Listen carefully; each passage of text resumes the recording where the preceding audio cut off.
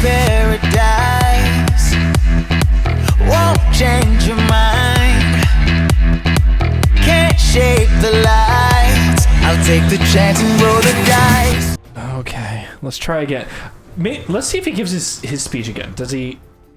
Nope, he does not tell us anything at this point. We have already gone through his cutscene. We don't need to hear it again. Oh, but what about if I need to know what the hell he's talking about? Well, his tutorial there was kind of useless because he didn't tell us what button to press to make him do his job. He also didn't tell us that if we get too far away, that he stops doing his job. Oh, it's too far away. Never mind the fact that it travels in an outrageously predictable pattern. We'll never catch it again. Never, ever. The mission is a failure. God, his aim sucks. His arm sucks. He can throw ahead of the path of the motorcycle here. He just chooses not to. Yeah, he just chooses to, like... 2/3 of the time. A dude that was right in front of it. You can't hit it when it's underwater. That's stupid. Oh, hey, we got it. And now I gotta catch up to it again, because if I let it leave the screen, then I fail automatically. So Patrick, you need to talk while I pay attention to this bullshit. Hey, we got him again. I don't know how. The magic of timing and friendship. Sure. Yes, we'll go with that. Ribs. So, excuse me. I mean, what kind of belching up my dinner again. Yeah, you are. Don't do that. It smells really good though. St. Louis seasoning. So what kind of brought up the whole, or I think partly inspired the whole Path of War wizard thing was we had talked briefly, or like I had mentioned how illusions kind of like don't so sad. Work. Oh no! Got it. Don't really work, and then that kind of devolved into he's flying now. Devolved into kind of how much metagaming is acceptable level. And conversation. You'd be surprised how much metagaming does not really affect a game. If, like, I've heard that there are certain DMs, at least especially in a D&D game, who will become apoplectic if they discover that a player has read the monster manual. Like, how dare you tread on sacred knowledge that is not meant for mortal eyes? And yet, it's entirely possible that since we're playing adventurers who are kind of expected to at least brush up on various threats, to be good at our to not immediately die, so that we're not that guy from the horror movie who dies first all the time. Okay, so how do I get out of here? We'll know the difference between a troll and a rock troll, just kind of by default. It's not that hard, or the fact that they are different and that one exists and also the other. See, I don't consider that to be metagaming. Like,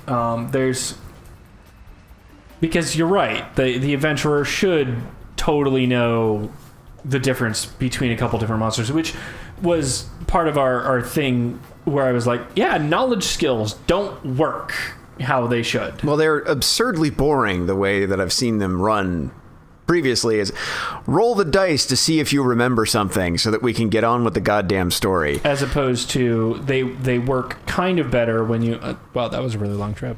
Oh yeah. They work kind of better. I don't know how we made it with a way that I've kind of described Pat, where knowledge ranks in knowledge, you never roll your knowledge skill. Like, it's just knowledge skill is how well do you know to apply this knowledge? Yeah. And that works better towards, long-term things. Whereas it's sort of, I have X amount of knowledge ranks. I know the difference. That's a nifty shortcut. That was really good. I know the difference between a troll and a rock troll because I have X amount of knowledge ranks or whatever in such things. Right, but just knowing the difference isn't really using the knowledge, and applying the knowledge isn't so much a matter of rolling the knowledge skill in that case. It's knowing to pack acid bottles instead of fire bottles. Right. Or maybe you want both.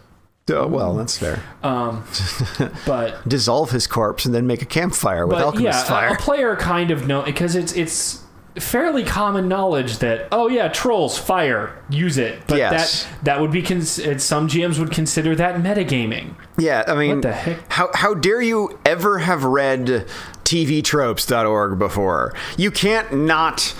You can't find players who have never seen that website, and as soon as you bring it up in conversation, have you ever read this website? You know they're going to seek it out and immediately ruin their lives because of it. Because they will never be able to see fiction the same way again. We are Gimli. This is Helm's Deep. Oh my god. This is the best. Look at that little, like... Is this like whack-a-mole with orcs? I think it's going to be. Oh, I love it. Oh, okay. This is the best. But yeah, I mean, so having knowledge of fictional tropes and how things are expected to go, oh, you got to press the correct button. Oh, okay. It's not just a matter of smashing stuff. Yeah, all right, I was looking for I was like, oh, X, and apparently I had already mispressed something. I was like, why is this not You working? get one chance. Yeah. This is stupid cool. Oh, I love it. But yeah, I mean, and then there's the whole fact of D&D is such a cultural, like, staple that even TV shows and movies reference, so a player straight up knowing, oh yeah, trolls, fire, that's like, it's entirely possible that they didn't get that out of any particular, like, rule book. Yeah, and what happens if they've been in a D&D game before? Oh no, are they supposed to forget or pretend that their characters don't know something that they clearly know? Some of these guys are just, like, ridiculously fast. Yeah, they're just... This might take. They're not even waiting. Yeah, this might take a time or two to. I mean, the Scottish or the Braveheart one took us 2 tries to get done. Wow, I do remember that. Yeah. Oh shit. Yeah. See, some of them are just like stupid fast.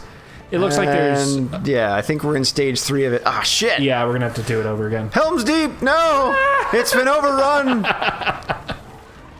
by 20 orcs. 20 whole arcs. Okay, we'll go again. So, yeah, I mean, and then there's the whole staple of fantasy books that just pull on that trope, or pull on those tropes. And, I mean, and they are tropes for a reason. Tropes exist because they show up so often. I mean... And they show up often enough because they frequently work. Right. They're good narrative devices. So, once again, TV tropes warning, tropes are not bad. Now, how they get implemented can be bad, but a trope by itself is not bad. That actually branches off of an article that I read on TV tropes. I believe it's called Sturgeon's Law. Mm-hmm. There are no bad ideas. Anything can be a good story if you work with it right. And one of the best examples that I saw linked there, I'm actually getting chills remembering it. Okay. There was a god-awfully terrible Doom fan fiction that's nigh legendary on the internet. If you've made it this far without having come across it, I guess we just don't look at the same particular websites. But it's quite literally half a page long. It's that brief.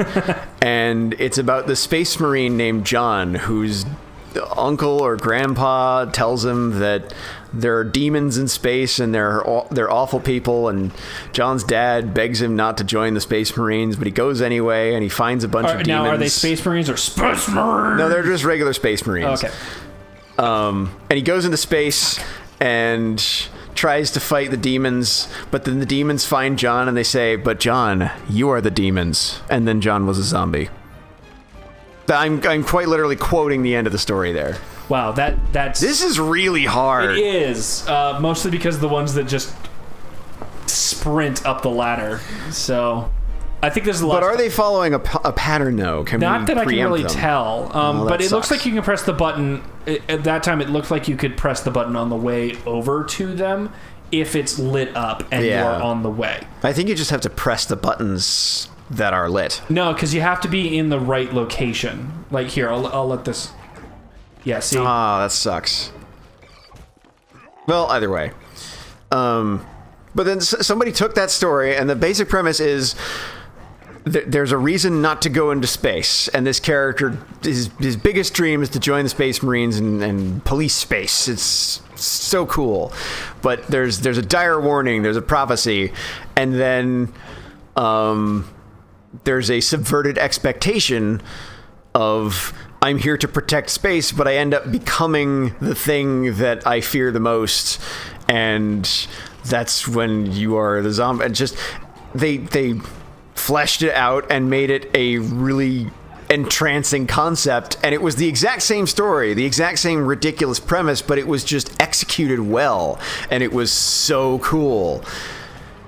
And I'm just, oh wow, this was actually kind of a fun read. It wasn't any much longer, it was still a really short story, but still, it was just worth reading at this point.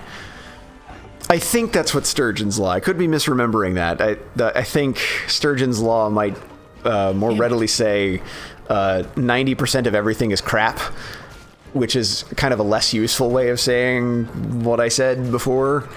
But the basic idea is there are no bad ideas. It's just a matter of how well you implement them. And the implementation can be contingent on, is this the right medium in which to tell this story?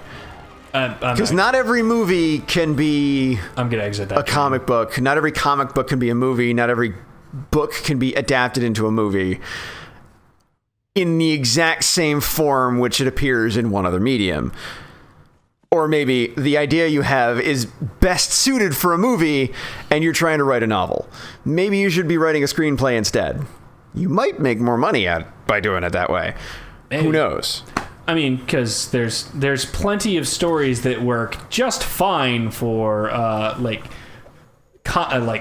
books are a great example of that, because there's so many comic book movies coming out. There's plenty of stories that work just fine in a comic book, and then when they translate it to a movie is just...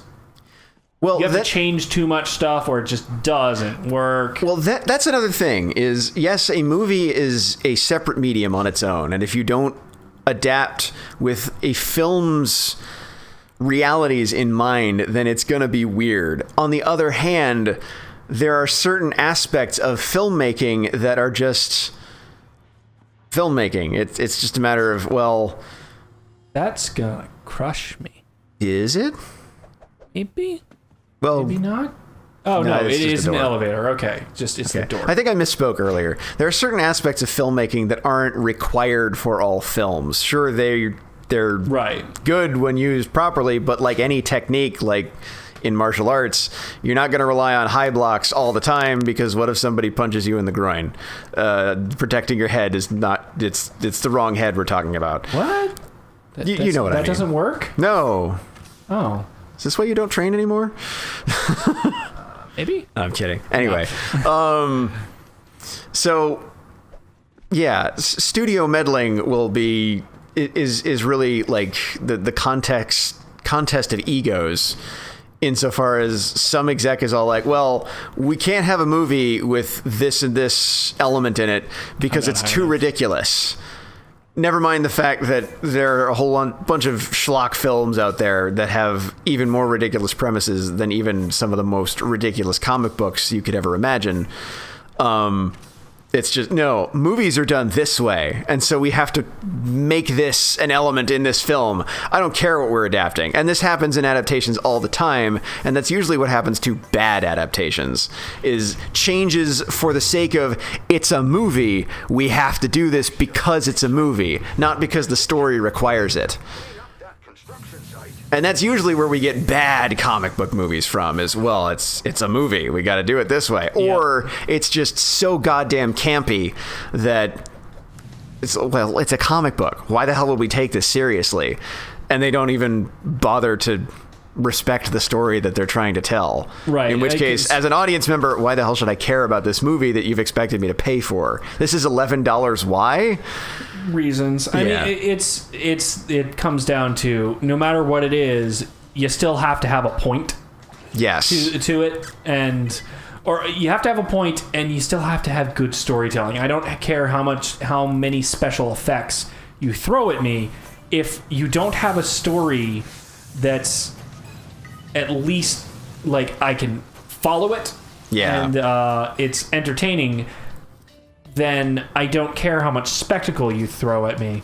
Woo! That was close. That was close. Then I'm not going to enjoy it. Same thing with video games and things like that. But we'll talk about that more next time. Next time Next time? on ETA Gaming. What's happening next? Next time on Daxter! Sorry.